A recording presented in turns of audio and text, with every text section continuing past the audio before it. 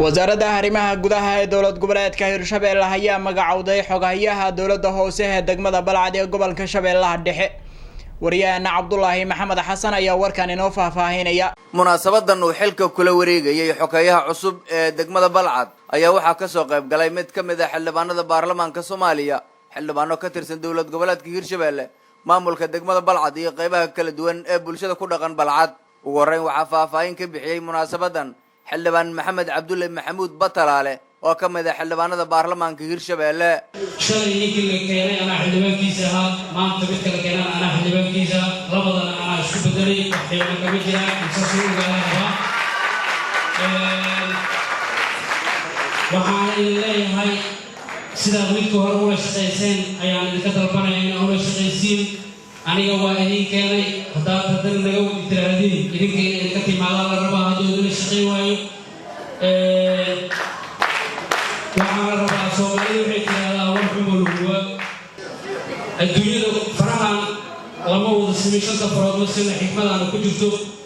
waxaa waaye hadday 1 milyan oo qof ganacsan tahay 2 qofoodna ayna ganacsaneen u qaban mayno, dadka lama wada qanci karo.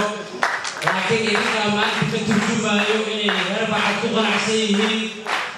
waxaan idin leeyahay dardaaranka ugu dambeeya xogayaha cusub laga shaqeeyo, isagana waxaan kula dardaarmayaa dadka maanta saakay hal saac wadada ubaxa u istaagay ilaa haddeertaan u taagan inuu tixgeliyo rabitaankooda iyo siday ugu muujiyeen inay u qabaan.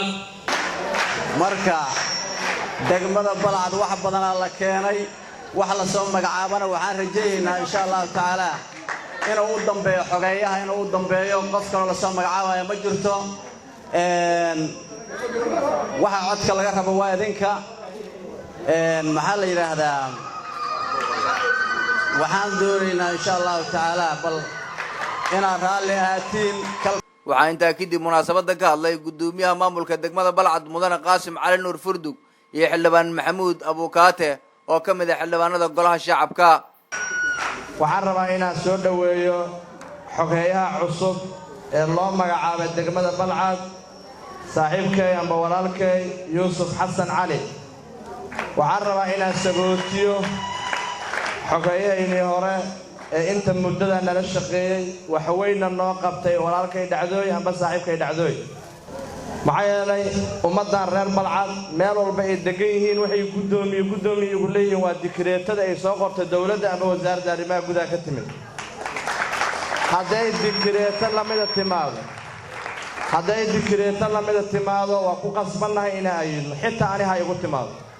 ay soo dhaweyn xogayaha cusub ee dowladda hoose ee degmada Balcad laguna sagootinayo xogayihii hore degmada Balcad oo runtii wax badan soo qabtay halkaana laga sheegay. waxaana ku soo dhaweynaynaa xogayaha cusub Mudane Yuusuf oo runtii aan aqaano nin dhalinyaro ah, firfircoon, aqoon-yahan ah. Yuusuf Xasan Cali oo ah xogayaha cusub ee degmada Balcad ayaa sidoo kale goobta ka hadlay. sida qiimaha iyo sharafta iyo hufnaanta iyo farxadda ay ku dhaanta ay soo dhaweyseen haweenka iyo odayaasha dhaqanka iyo oo degmada Balcad ama maamulka baa noqdo. waa idinku salaamaya, waana idinku qadariyaa, waana ku mahadsantihiin. ugu dambeyn waxaa soo dhaweeyay xogayaha cusub ee degmada Balcad qaybaha kala duwan ee bulshada ku dhaqan Balcad. waxaan maanta isugu nimid inaan sagootino xogayihii hore ee dowladda hoose ee degmada Balcad Mudane Dhacdooy oo wax badan soo shaqeeyay, iyo inaan soo dhaweyno xogayaha cusub ee degmada Balcad ee maanta jimcada ah shaqadiisa bilaaban doono. waxaan leenahay jaallo xogay soo dhawow. waa shacabka Balcad way faraxsan yihiin, waxay kugu soo dhaweeyayaan hambalyo iyo salaan farxadaysan. waxaan leenahay xogayihii hore muddo 7 bilood inuu joogaan jaallahay inta tabartiisa waa dadaalay. Cabdullaahi Axmed Xasan Muqarraf adoogiis koobartiis Muqarraf waa isaga Dhacdooy la yiraahdaa. waa sagootihaynaa wiilkayna waay. midda kale xogayaha cusub asna qalbi furan, gacno furan ayaan ku soo dhaweeynaa Mudane Yuusuf Xasan Cali Meydhaale. Cabdullaahi Maxamed Xasan, telefishinka caalamiga Somali News, degmada Balcad, gobolka Shabeellaha Dhexe.